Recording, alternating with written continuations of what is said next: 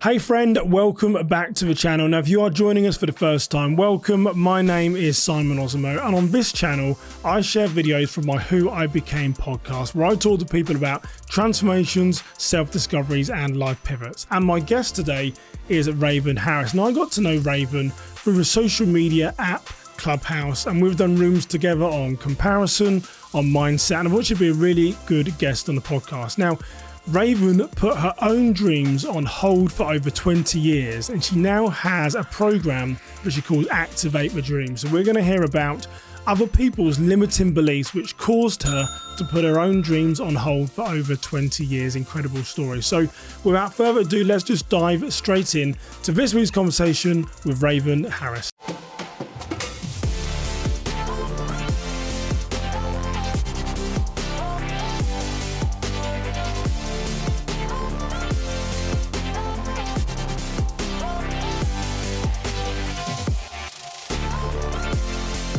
Well, Raven Harris, welcome to Who I Became podcast. Thank you for having me. And I'm really excited to talk to you. I know we got to know each other through Clubhouse. We've done a couple of rooms together, and you just have so much information and wisdom that you're going to share with my listeners. So I'm really excited for you to join here. And I want you to tell my listeners a little bit about who you are, but I know that you're a coach, you're a podcast host of Reset with Raven, you're a speaker, and you work with professionals to identify their purpose and increase their income. So two things that I know most people are looking to do. So tell us a little bit about yourself. Yes, so I am originally from Southwest Georgia, and I like to describe myself as someone who's always had massive dreams, but along the way, life, obstacles, self-doubt, rejection really threw me off track. And up until recently, I was off track for a long time, and I was just going through the motion. And it took 2020, as I call it, my wake-up call, to really make me think about what's important, why it's important, and really rediscover what my values were, and to make decisions that are in alignment with my values, and to really pursue my own dreams. So that's why I love to call myself like the Dream Activator, because I activated my own dreams and really helping other people activate their dreams. Yeah, and that's a great title. I do like it. The Dream Activator is good. It really is good. And so one of the things, I want to dive straight into some conversation. One of the things that I read on your website and knew anyway about you is that you say that you suppressed your dreams for 20 years. There's a couple of things. One, I was thinking Raven doesn't look old enough to suppress her dreams for 20 years. This must have happened very, very young. So I'll start with a compliment there. And then the second thing is I'd love to get your understanding as to what was making you suppress those dreams and why it took you so long to act. So do you mind sharing a little bit about that chapter in your life? Sure. So when I was younger, I've always loved theater. I've always loved performing, acting. I just felt like it gave me the opportunity to really have some self-expression. And I competed in different oratorical speaking contests. I would do all types of community theater, state theater. I competed and ranked in the world competition of Odyssey of the Mind because I just love to perform. And I thought that I was going to start my life by being like a child actress. And along the way of auditioning and being, I think, from a small town and having a lot of exposure and feel like I didn't have the connections. And now I see those things as more excuses. But at the time, it was real to me. Didn't have the exposure, faced a lot of rejection, and had outside forces, whether it be family members, peers, community members, thinking like, well, who do you think you are to, move out to LA and to be a child actress? I always wanted to be on the Disney Channel or Nickelodeon Channel. And I allowed what I consider now is just negative chatter, some of that became internal negative self-chatter, to really take me off track and give up on that dream of being a child actress. And so your love and desire of acting, I didn't know that about you. So that's interesting. I didn't find any of that in your background. So you've been, involved in acting for a long time. Do you still act now? I'm not doing any acting now. I did start getting back into acting when I was in graduate school. And it's something that is definitely on my radar in terms of just in my community, starting back there to do some community theater as things continue to hopefully open back up and we have some more live audiences. Yeah, and so that 20 years then as being, a child involved in acting, you sort of suppressed it because you listened to people that were perhaps had limiting beliefs about your own ability or their own limiting beliefs, believing that it's not possible for a child to break into Hollywood, into acting. What do you think was sort of driving their sort of negativity or understanding, which was then sort of manifesting itself into you? Because it sounds like it was the adults around you might have had insecurities or self-doubt of your ability, not necessarily in yourself. It just sort of pushed onto you, manifested in a way into your life. I think oftentimes when people have their own limiting beliefs, they can project them onto others. And to add some context, I'm from a very small rural town. When I graduated from high school, my high school was on the national needs improvement list. So the education here is limited. The poverty line is a lot. Our entire school system, the students eat free lunch every day because of the poverty in the community. So I think when people can't see beyond what they've been exposed to, or this is all they know, the thinking is limited. So it's like, well, who are you to, go outside of the box? Who are you? No, we don't know anyone else that has done this. So I think oftentimes when you have an environment with limited thinking and negativity and poverty, that can really start to seep inside of you. So what I was exposed to, what I saw, what I could see, right, as possible became very minimal. For example, it's like, oh, it's a dream. It's a dream because it's only something you can see on TV. I don't know anyone who's a famous actress. So when you don't know anyone like that, it's often easy to be like, well, how could that be me?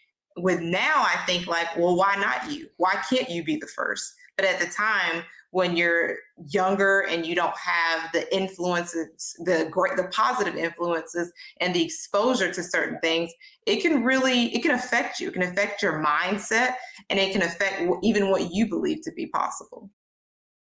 Yeah, and that is absolutely true. And interestingly, I went to a theme park this past weekend with my family, and I'm not a big fan of rides. I would go on them if people ask. But my wife said to me, she said, "Simon, stop projecting your fear, onto my two sons." And she said, "You're projecting your fear onto them." And I was like, "Am I really?" And I was sort of trying to make excuses or justify how they might have been feeling, because I was apprehensive about going on this wild thing ride that was going to move us around and stuff, and I did reflect a little bit, and thinking, well, yeah, maybe that's exactly what I am doing. I'm the one that is in fear of this ride, and I'm sort of pushing that onto my sons, making them fearful, so I think it's something that we all do. And it's interesting, tying a bit what you said into scripture as well, being a sort of a faith follower, is that, we are often asked to believe in things that we can't see. And I sort of tie into that as well. You mentioned in your community being very sort of humble, sort of not having some of the luxuries that other states and towns do, is that is very much tied in there. But if that's all we've known, it is hard to believe in things that we can't see, because that has become our life and our reality. So interesting. So, but tell us, what do you do now? So I know you're a coach. Tell us about some of the things that you do, and I want to then dive into how you found your purpose. Yes. So back to suppressing my dreams and finding really what are your values? What makes you, come alive, or what fills your cup?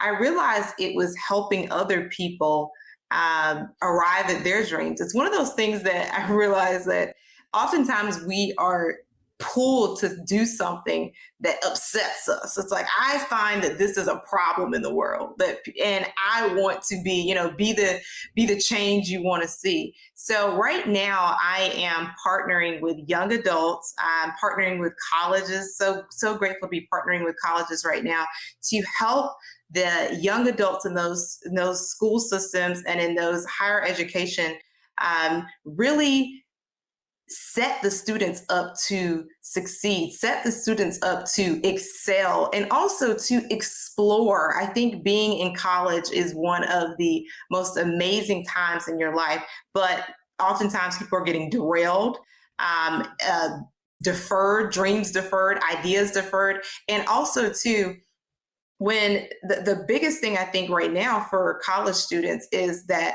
going to school during a pandemic, what does that look like?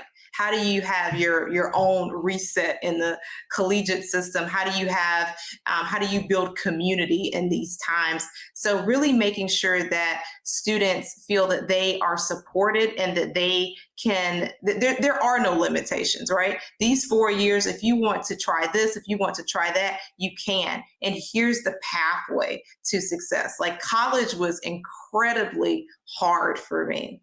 As I said, my school was not a high performing school. So when I went to college, I was completely unprepared. So helping these students realize, you know what, it doesn't matter that you came in maybe unprepared or not with the best foundation. We're going to make sure that you still succeed. We're going to make sure that what you do and what the roles that you find post college are still fulfilling. I believe that one of the reasons people go to jobs every day that they dislike or they are going through the motion is because they're not doing things that they find purposeful and fulfilling and that really fill their cup. And I believe when you're doing what you were born to do, when you're doing something that is in alignment with your purpose, you can't help but excel. You can't help but just feel like an energy, a rush when you're doing great things. And I want to help with that foundation for students while they're in the college atmosphere.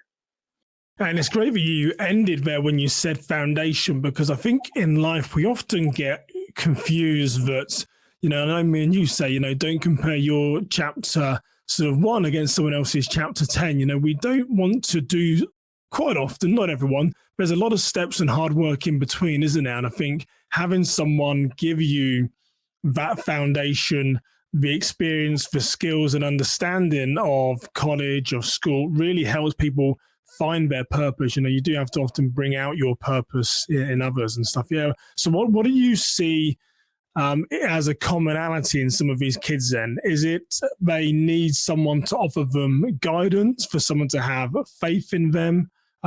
What do you see that some of these kids in the modern world are lacking then in finding out who they are really in their purpose?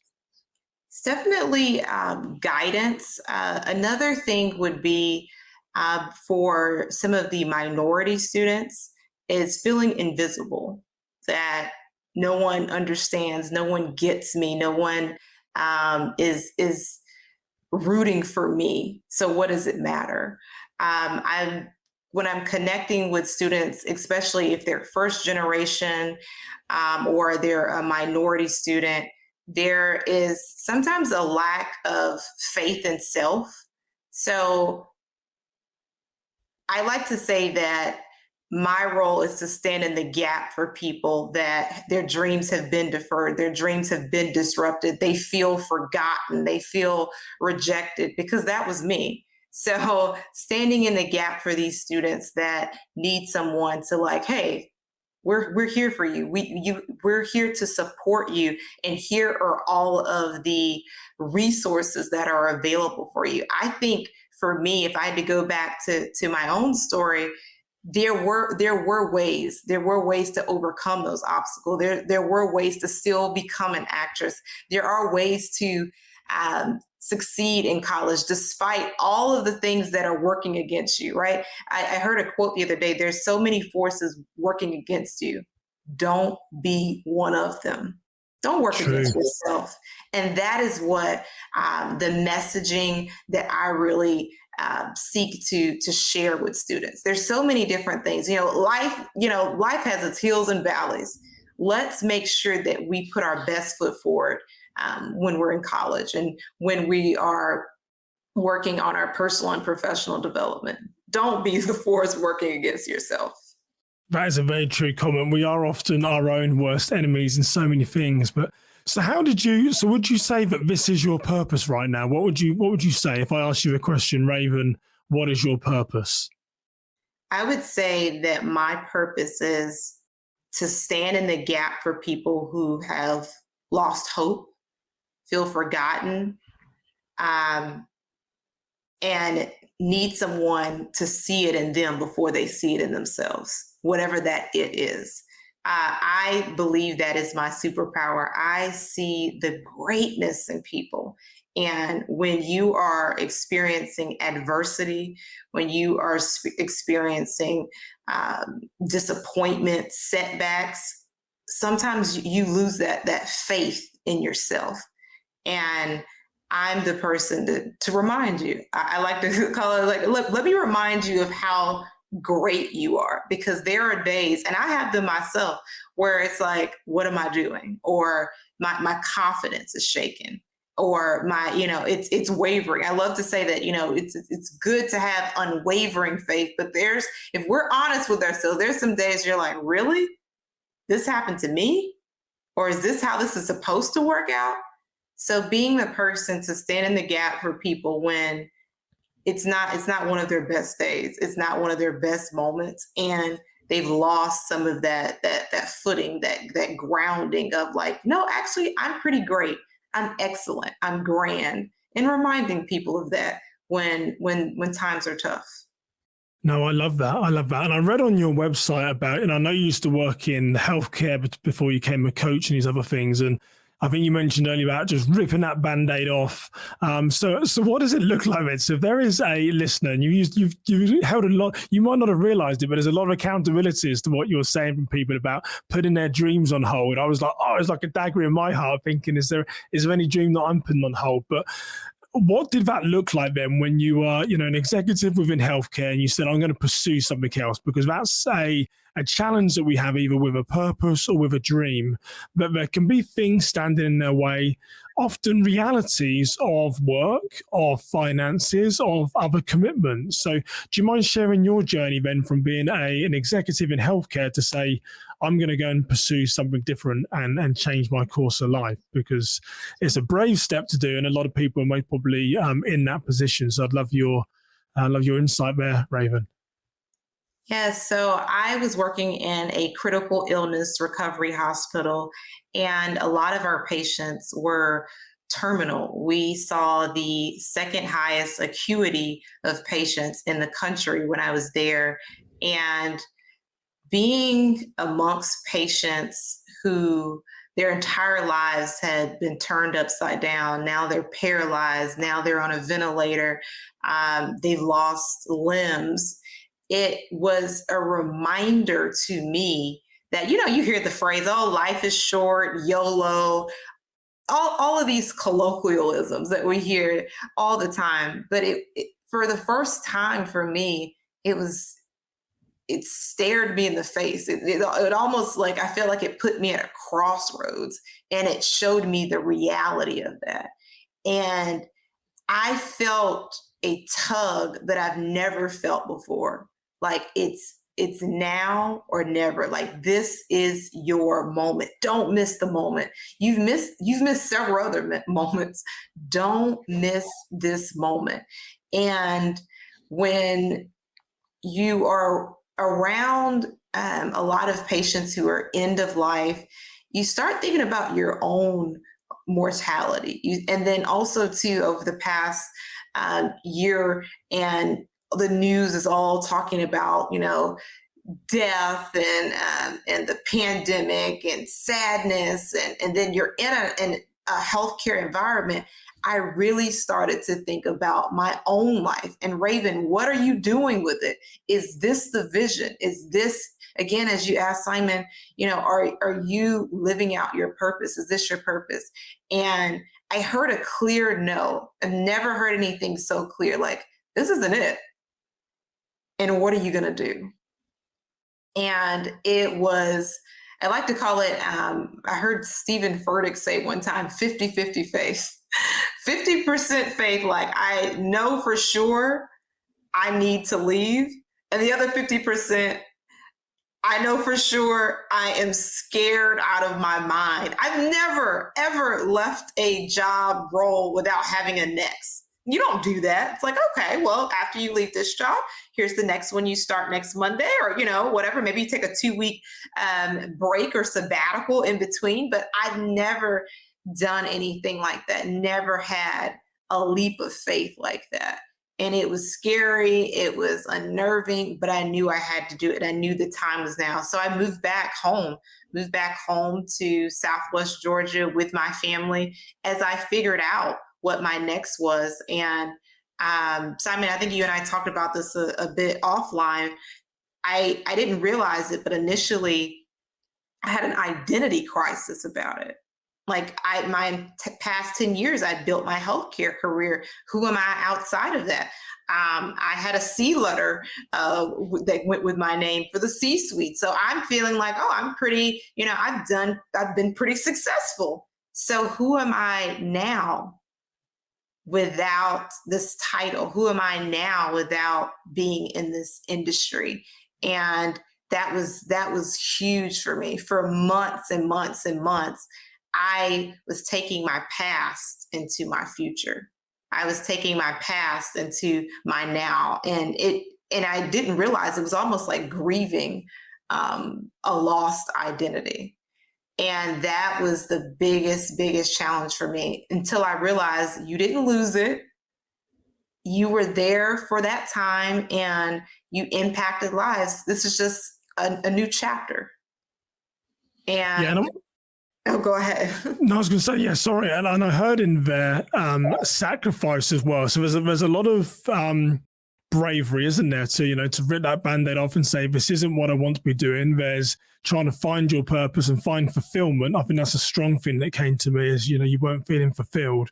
But it was also sacrifice for you actually about to move back home. Sometimes there's got to be a give as well. And we want that old saying, I know you like me, it's like, you got the cake and eat it. It's like, well, you can't have both, so it did come with some sacrifice in your decision. So yeah, I'm assuming now, Raven, no regrets. No regrets. And what's been interesting too, to see my own, I guess you could call it like evolution, is that since then there have been job opportunities that have been offered to me. With much more income. And because I am anchored in knowing that that's not the path that I'm on, that I've been able to easily say no. And, oh, go ahead. No, you go. No, I don't want to keep interrupting you. You go, yeah. These random thoughts are buzzing in my head. I'm very excited by this. I was going to say that the interesting thing in terms of navigating and finding new pathways is that some other opportunities are opening with some of these companies where, no, I won't be working for you, but I may be working with you and alongside you. So that's been amazing, and doing some consulting work. But now that I am more anchored in what my values are, it's a very easy no versus what I told you about a year ago when I was resigning from that role. That wasn't an easy no. I knew I had to go, but it wasn't an easy no. And the question that was buzzing around in my head, I should have written it down. I was talking out loud. That's why I overspoke you. So my apologies for that. Was the question of, you went from C-suite, comfortable, 401k for my English listeners, like pension type stuff, regular paycheck coming in. And what you really turned into was an entrepreneur and wanting to take an idea and turn that into a business. So I guess I want to just quickly get some information from you there as to what was that transition like, Ben? Because that's also big. It wasn't so much a self-pivot into a new industry. It was also a self-pivot into becoming a full-time entrepreneur. What have you learned about your journey the last few years? Oh, wow. I'm trying to think about where to start. That that employee to entrepreneurship mindset shift is like, for me, has been like night and day. And we talked about confidence and courage. One of the things I realized too is that it was so easy for me to work in an environment where I, talked about our quality, our great patient care, the excellence that, this hospital has. However, when it was the transition for me being the face and me being able to speak of my qualities, my expertise, I noticed that, oh, Raven, you seem to not be as expressive about that. You seem to not own that. And those are things I realize in terms of a confidence level. It's different when you are, you're working for a major Fortune 100 company versus when you are the face. It's like, oh, well, if there's rejection, if someone chooses not to work with you or what have you, it feels personal because it's my name, it's my brand, it's my business. And that transformation of employee to entrepreneur has been, oh wow, quite the journey. Again, I mentioned hills and valleys, lots of hills and valleys from an emotional standpoint, from a mindset standpoint, even understanding the financials. It's completely different. Lots and lots of growing pains, a lot of growing pains. And if anything, I've realized the importance of community, the importance of having people in your network that you can call and say, hey, what do you think about this? How should I do that? I've leaned on my network more than ever, as well as personal and professional development. And investing myself in coaching, whether it be my branding coach, my life coach, my business coach, a lot of different things I've had to invest in. Well, so it sounds like you've had a lot of things going on. So, some great learning there as well. And I think you do have to. It's one of the things I've often made a mistake of, is trying to do so many things on my own. And it's only recently I've started to either offshore or get other consultants and people to come in and just take those tasks away from me that don't necessarily drive some of my businesses and ventures forward. Have other people do those and focus on being the face and building. So yeah, you can get distracted with an entrepreneur. So let's go back being on to the dreams for a moment. So shouldn't really give multi questions, but I'm going to give you a multi question. I guess the first is, what is Raven Harris's dream? And then the second is, how should people be dreaming? So one of my many dreams is to have going to be like a retreat in terms of personal development for people who need, the name of my podcast starts with the word reset. So to have a reset, and that reset happens twice a year. And it's where people are able to calm the mind, calm the thoughts, think about their health. And when I think of health, I think of your financial health, your physical health, your mental health, your emotional health. So basically, one of my dreams is to create a retreat that happens at least twice a year. And it's a reset retreat where we focus on all things health. Well, okay, good. And the second one, I remind you, I gave you a multi-part question, and what should people be dreaming in? Because we always say dream big, but what should people be dreaming for? So the way I believe dreams work, we were already given the dreams. We were already given the vision. So it's not that people need to dream something different. It's already there. It's that they need to activate the dream. They need to go after that dream. And it's something that I already believe it's inside of people. And it's almost like you've heard the phrase, life leaves clues. If you're paying attention, life leaves clues. If you're listening and if you're watching, the dream is already there.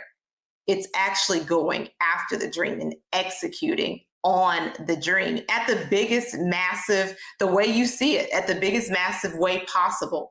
I think so many times we dream small, think small, operate small, live small. So the dream is already there. And how can I execute that dream at the highest level possible?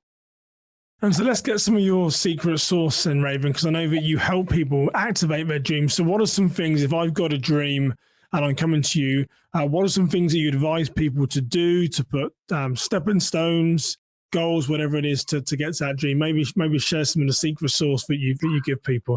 Give us some free coaching here. My listeners want some free coaching. One secret sauce, I don't know if it's a secret now that we're talking about it, is this is something very simple. And I ask clients to do this for 2 weeks. You make a list of all of the things you enjoy. And then on the other side of the list, you make a list of all the things you don't enjoy. And the biggest thing is don't judge either side. So if it's taking your family to the theme park, add that to the list. If it's, I've noticed for me, there's certain things that give me like an adverse reaction. So add that to the list of things that you just really don't enjoy, like things that are for me out of order, like chaos. That just gives me a total adverse reaction. So writing those things down, and you have those lists and don't judge them. And then after the 2-week period, take a look back at, see if you see any patterns. Because I believe that we naturally have things that we are already drawn to. We already have the dream. We already have things that pull at our heart, tug at us, and that we are just actually, the biggest thing I realized too, there are things that you are gifted at that you just take for granted because it requires minimal to no effort from you. Whereas someone else, it may require like studying, practicing, sweaty palms, all the whole 9 yards, sweaty nose, and they still would be like mediocre at it. So it's just recognizing things that you just already enjoy, you already just feel like it just flows, you do it with such ease, and then things that you absolutely dislike. And then after the 2 weeks, look at each list to see, what are the patterns? What am I noticing? So that's one of the things that I work with people on. Good. Yeah, some great insight. I have to go and do that this weekend and have a look down for sure. I think some of my dreams have drifted away over the years, so I need to go back to writing them. So I'll definitely do that. I guess as we look to start to wrap up, Raven, it's been really great to get to know you better, learn a bit about your journey that you've sort of shared with my listeners and to where you are now. And I think when we look at, sort of who we became, I like to focus on how they became who they became. What would you say is a one sort of defining moment or one time in your life when you can remember everything now makes sense and I either understand who I am or why I am? Is there a time when you can sort of, the light bulb came on and things became clearer in your life? I would say I wouldn't say that there's been one exact moment, but there's been series of events. That one of them was, I got a text from a friend probably about 3 weeks ago. And she just, and it was around 2 a.m. She's like, I'm so sorry for texting you at 2 a.m. But this just dawned on me. You helped me discover my purpose. And I was like, I was like, well, what, can you give me more information? And she said, the questions you asked, the conversations we had, you helped me discover my purpose and get clear on it. I thought it was one thing, but now I am for sure it's this thing. It was like at 2:00 in the morning. And it made my heart, I feel like it made my heart smile. I was like, who is she texting me at 2:00 in the morning? What's going on? And it just made me feel like, okay, this is that seeing the greatness in people, that seeing what other people don't see, that taking the blinders off for people. that's your thing. That's your gift. That's your talent. Wow, that's powerful stuff. And it's great that you can share that with your inner circle and also the world. So Raven, thank you for joining me today. It's really been good to have this conversation, get to know you better, and allow you the platform to share your knowledge. So what is the best way, Raven, for people to get hold of you? Sure. So the best way to connect with me is my LinkedIn. So I'm Raven M. Harris on LinkedIn, or visit my website, which is activatethedream.com. And I do love that, activatethedream.com. That's good. If that's not been trademarked, make sure you do that, because that is a great slogan. So, well, Raven, thank you for joining me on the Who I Became podcast. Thank you for having me, Simon. Thank you for joining the Who I Became podcast. To help spread this inspiring story, be sure to share it with your friends, hit the like button, and of course subscribe to our channel so you won't miss out on any future episodes. We'd also love to hear how this story impacted you, so leave a comment on whatever platform you're watching us from. To learn more about this episode, our guests, or Simon, head over to the Simon Osimo/podcast and sign up to receive the latest information delivered straight to your inbox. Once again, thank you for joining us for the Who I Became podcast.